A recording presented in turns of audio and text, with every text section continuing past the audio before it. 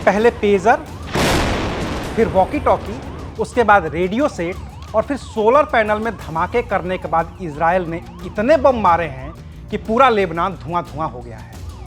Lebanon में जो Hezbollah है उसके करीब 500 लड़ाके मारे गए हैं और 1600 से ज़्यादा ठिकाने नेस्तनाबूद हो गए हैं। फिलिस्तीन में हमास के खिलाफ इजराइल की हालिया जंग करीब 1 साल से चल ही रही है।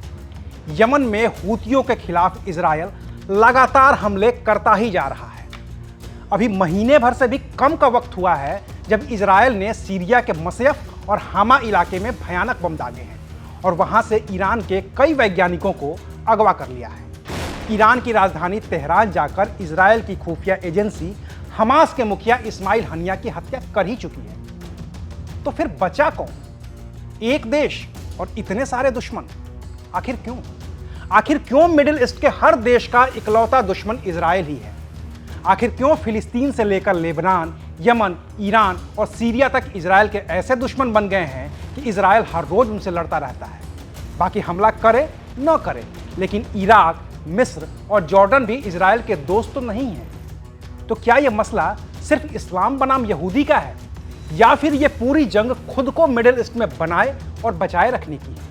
या फिर इजराइल की इस पूरी दुश्मनी के पीछे है तेल का खेल, जिसका खिलाड़ी इजराइल न होकर अमेरिका है? आज बात करेंगे विस्तार से। नमस्कार, मैं हूं अविनाश और आप देख रहे हैं अनकट। अपनी स्क्रीन पर सबसे पहले तो मिडिल ईस्ट के नक्शे को देखिए और समझने की कोशिश करिए तो आधी बात यूं ही समझ में आ जाएगी। इस नक्शे पर आपको जो देश दिख रहे हैं उनमें एक तरफ इजराइल तो है ही, बाकी बहरीन, ईरान, इराक, फिलिस्तीन, Jordan, Kuwait, Lebanon, Oman, Qatar, Saudi Arab, Syria, UAE और यमन हैं। कुल 14 देश, और बाकी 2 और देशों तुर्की और लीबिया को भी मिडिल ईस्ट का ही हिस्सा माना जाता है। तो हो गए कुल 16 देश, और इन 16 देशों में से 15 देश तो मुस्लिम हैं, जबकि इकलौता यहूदी देश है इजराइल। और इस इजराइल के बनने का जो इतिहास है वही झगड़े की सबसे बड़ी वजह है, और इसकी शुरुआत होती है दूसरे विश्व युद्ध के खात्मे के बाद। जब दूसरा विश्व युद्ध खत्म हुआ तो ब्रिटेन ने भी अपने उपनिवेश समेटने शुरू किए, और तब अरब लोगों को मुक्ति मिली। उन्हें अपने लिए नया देश चाहिए था। वहीं दुनिया में यहूदियों पर भी खूब अत्याचार हुए थे।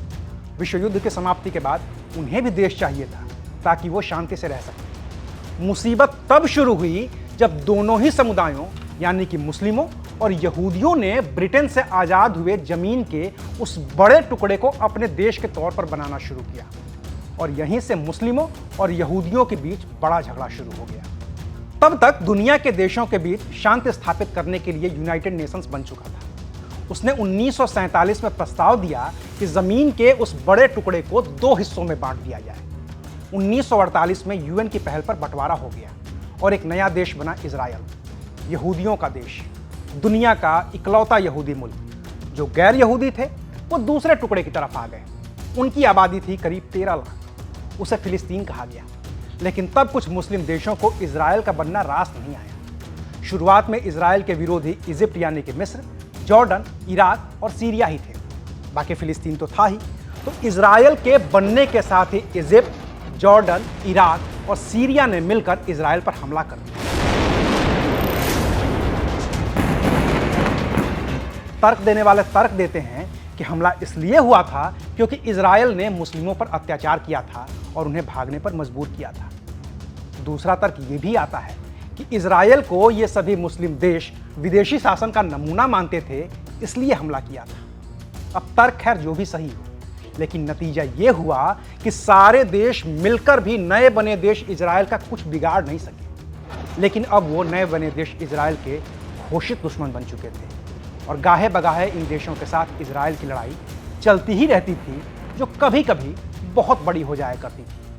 1967 के 6 डे वॉर के दौरान इजराइल के खिलाफ हमले में यमन भी शामिल था, तो वो भी अब इजराइल का एक नया दुश्मन हो गया। लेकिन इस दुश्मनी में तब भी न तो ईरान था, न लेबनान, न इराक और न ही तुर्की। तब भी ये इजराइल के भले ही दोस्त नहीं थे, लेकिन दुश्मन भी नहीं थे। इनकी दुश्मनी की शुरुआत होती है ईरान की क्रांति से। 1979 में ईरान में शाह रजा पहलवी का शासन खत्म हुआ और 1 फरवरी 1979 को अयतुल्लाह खमेनेई ईरान के सर्वोच्च धार्मिक नेता के तौर पर देश वापस लौटे। उनके स्वागत के लिए तेहरान की सड़कों पर 50 लाख से भी ज़्यादा लोग इकट्ठा हो गए। अयातुल्लाह खमेनेई के लौटने के बाद ईरान में जनमत संग्रह हुआ और फिर ईरान को इस्लामिक देश घोषित कर दिया गया। इस्लामिक मुल्क घोषित होने के साथ ही अयातुल्लाह खमेनेई ने इजरायल के अस्तित्व पर सवालिया निशान लगा दिए, इजरायल से सारे संबंध तोड़ लिए, उसके पासपोर्ट को सिरे से खारिज कर दिया और तेहरान में इजरायल के दूतावास को जब्त कर कहा कि देश सिर्फ फिलिस्तीन है, इजरायल नहीं। तब खमेनेई ने यह भी कहा कि इजरायल मुस्लिमों के लिए छोटा शैतान है, जबकि बड़ा शैतान अमेरिका है। तो इस तरह से इजरायल को एक और दुश्मन देश मिल गया, ईरान। लेकिन ईरान की दुश्मनी से इजरायल को नुकसान था, और नुकसान ये था कि ईरान इजरायल से बड़े पैमाने पर हथियार खरीदा करता था। इससे ईरान को हथियार मिलते थे और इजरायल को पैसे। लेकिन दुश्मनी शुरू हुई तो दोनों ही देशों को नुकसान होना शुरू हो गया। इस बीच सद्दाम हुसैन के नेतृत्व वाले इराक को लगा कि इस्लामिक क्रांति की वजह से ईरान कमजोर हुआ है, तो हमला करके उसके एक हिस्से पर इराक अपना कब्जा कर सकता है। तो इराक ने ईरान पर हमला कर दिया। ऐसे में ईरान ने फिर से इजरायल से मदद मांगी, और इजरायल को भी हथियार बेचकर पैसे कमाने ही थे।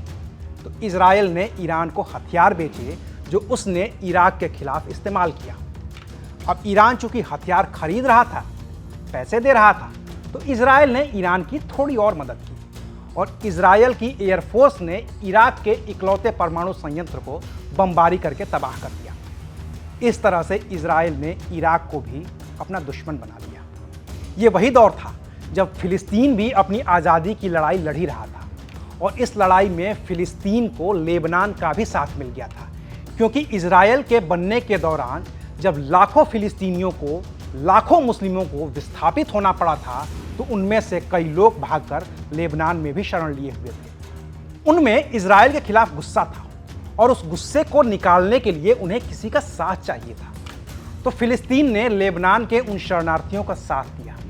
बाकी ईरान तो था ही, क्योंकि भले ही उसने इराक के खिलाफ जंग के लिए इजरायल से हथियार खरीदे थे, लेकिन था तो वो इजरायल का दुश्मन ही। और ऐसे में 1982 में ईरान की सेना के करीब 1500 लड़ाकों के साथ मिलकर लेबनान के उन शरणार्थियों ने एक फौज बनाई और इसे नाम दिया हिजबुल्लाह। तो इस तरह से लेबनान और हिजबुल्लाह इजरायल के दुश्मन बन गए, और वही दुश्मनी आज तक कायम है।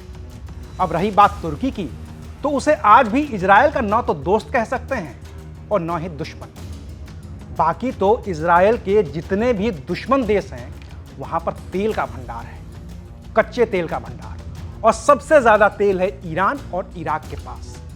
तो इस तेल भंडार पर दुनिया का हर देश कब्जा करना चाहता है, वो बात चाहे अमेरिका की हो या फिर किसी और की। लिहाजा हमको आपको भले ही ये दिखता हो कि इजरायल अपने सभी दुश्मनों से अकेला लड़ रहा है, लेकिन ऐसा है नहीं। इस लड़ाई में अमेरिका, ब्रिटेन और फ्रांस समेत दुनिया के हर वो देश इजरायल के साथ खड़े हैं जिन्हें तेल चाहिए।